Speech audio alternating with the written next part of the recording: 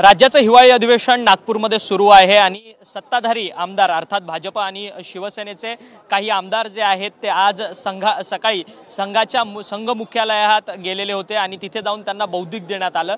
या संपूर्ण बौद्धिकच्या प्रक्रियेमध्ये जे प्रचारक होते, जे बौद्धिक देणारे होते, त्यांनी एक महत्त्वाची भूमिका अशी मांडली की जातीनिहाय जनगणना जी होणार आहे त्याला आमचा विरोध असणार आहे। या सगळ्या संदर्भात बोलण्याकरता आपल्यासोबत रासपचे राष्ट्रीय अध्यक्ष आणि आमदार महादेव जानकर सर आपल्यासोबत आहेत। जानकर सर, खरं तर जातीमध्ये आता तेढ निर्माण होताना पाहायला मिळतो। राज्यात मराठा विरुद्ध ओबीसी अशी संपूर्ण भांडणं लागलेली आहेत। त्यात अनेक नेत्यांची मागणी आहे की जातनिहाय जनगणना झाली पाहिजे, त्यामुळे खरी आकडेवारी जी आहे ती समाजासमोर आणि देशासमोर स्पष्ट येईल आणि त्यावरतून आरक्षण जे आहे ते देता येईल। परंतु संघाच्या आजच्या प्रचारकांची भूमिका होती की जातनिहाय जनगणना ही झाली नाही पाहिजे, जेणेकरून ती झाली तर समाजामधली समता त्याला तडा कुठेतरी जाणार नाही। आता कुठल्या पक्षाचं काय आहे ते माहीत नाही, पण आमच्या राष्ट्रीय समाज पक्षाची भूमिका ही आहे की या देशातली जातनिहाय जनगणना झाली पाहिजे। या देशातला जो समूह आहे, कुठलाही समूह असू द्या, धर्म असू द्या, त्याची कास्टनिहाय जनते झाल्यानंतर सामाजिक आणि सांस्कृतिक आणि एज्युकेशनली तो समाज बॅकवर्ड किती आहे त्याची जनगणना चालू होईल। म्हणून गेल्याच वर्षी आम्ही राष्ट्रीय समाज पक्षावतीनं दिल्लीला जंतर मंतरवरला जवळजवळ 10,000चा मोर्चा नेला होता आणि राष्ट्रीय समाज पक्षाच्या माध्यमातून तिथं फार मोठा डेमॉन्स्ट्रेशन आम्ही पंतप्रधान महोदयांना दिलेला आहे।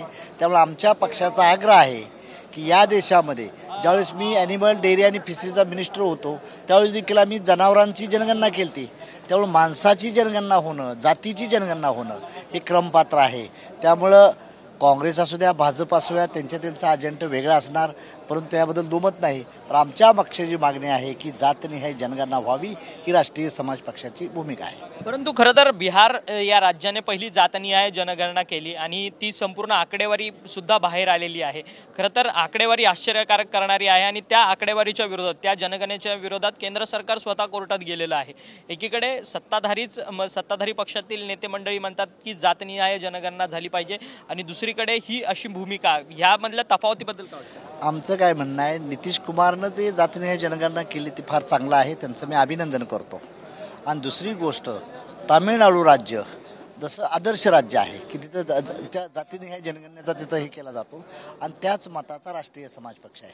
आमचा या देशामध्ये कुठल्या जातीवर, कुठल्या धर्मावर विरोध नसून त्या समाजाची ह्या स्वातंत्र्य काळापासून, स्वातंत्र्य मिळाल्यापासून काय डेव्हलपमेंट झाली, त्या समाजाची रिप्रेझेंटेटिव्ह, आरक्षण म्हणजे काय, representative of that the people, त्याचा हक्क किती मिळालेला आहे, गव्हर्नर किती, IAS किती, IPS किती, उद्योगधंद्यातला हिस्सा किती आणि पार्लमेंटरी आमदार खासदार किती, ह्याचा देखील प्रश्न उपस्थित झाला पाहिजे।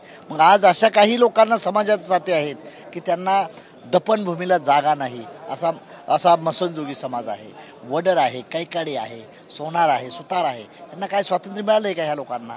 त्यामुळं आमचं म्हणणं आहे की जातनिहाय जनगणना झाली पाहिजे ही राष्ट्रीय समाज पक्ष। परंतु तुम्ही राष्ट्रीय समाज पक्ष हा भाजपचा देखील सहयोगी पक्ष आहे, तुम्ही त्यांना मदत करता दरवेळेस, प्रत्येक त्यांच्या निवडणुकीला असेल, त्यांच्या फ्लोअर टेस्टला असेल, तुम्ही सातत्याने मदत करता। मग राष्ट्रीय समाज पक्ष म्हणून तुम्ही महादेव जानकर म्हणून त्या भाजपवरती दबाव टाकणार का जातीनिहाय जनगणना झाली पाहिजे म्हणून? आम्ही त्याबद्दल ज्यावेळेस आमचं काही आता आमची अलायन्स होती ती एकमेकांच्या मजबुरीने होती, भाजपाची मजबुरी असेल, आमची बी काहीतरी मजबुरी असेल एकमेकाच्या ह्यातनं, परंतु मिनिमम प्रोग्राम्स आम्ही एकत्र आलेलो आहे। पण आम्ही भाजपांच्या नेतृत्वाला आम्ही समजून सांगण्याचा प्रयत्न करू की बाबा रे, जातनिहाय जनगणना ही राष्ट्रीय समाज पक्षाचा मेन अजेंडा आहे आणि ह्यासाठी तुम्ही टिकअप राहिलं पाहिजे अशी विनंती करू। खरं तर दोन जातींमध्ये सातत्याने आता ताणतणाव निर्माण झालेला आहे। खरं तर ओबीसीमध्ये मराठ्यांना सरसकट आरक्षण देऊ नये ही मागणी सातत्याने भुजबळ एकीकडे लावून धरत असताना दुसरीकडे काल शिंदे समितीने आपला दुसरा अहवाल जो आहे तो सरकारला दिलेला आहे। किती कुणबी दाखले आहेत दुसऱ्या टप्प्यात याची अनिश्चितता आहे। आज सरकार तो अहवाल पटलावरती मांडतं। आज आमचं म्हणणं आहे मराठा समाजाला आरक्षण मिळावं ही राष्ट्रीय समाज पक्षाची भूमिका आहे। फक्त ओबीसीच्या आरक्षणाला धक्का न लावता मिळालं पाहिजे ही आमची भूमिका आहे।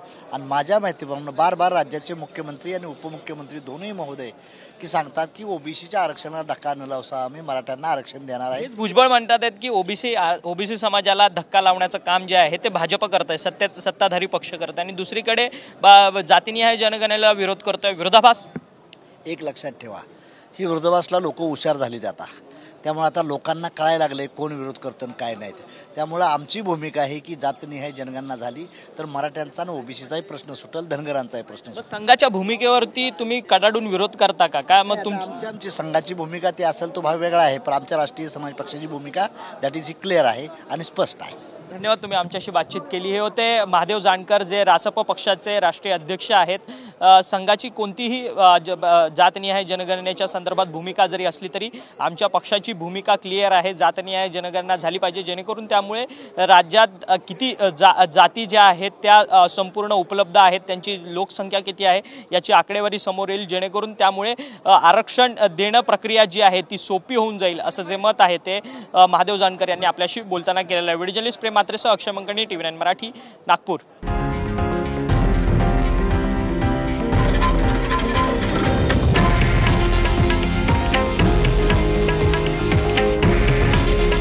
हे आहे देशातील नंबर 1 न्यूज नेटवर्क आणि आपण पाहत आहात TV9 मराठी. काळजी तुमची, हित महाराष्ट्राचं.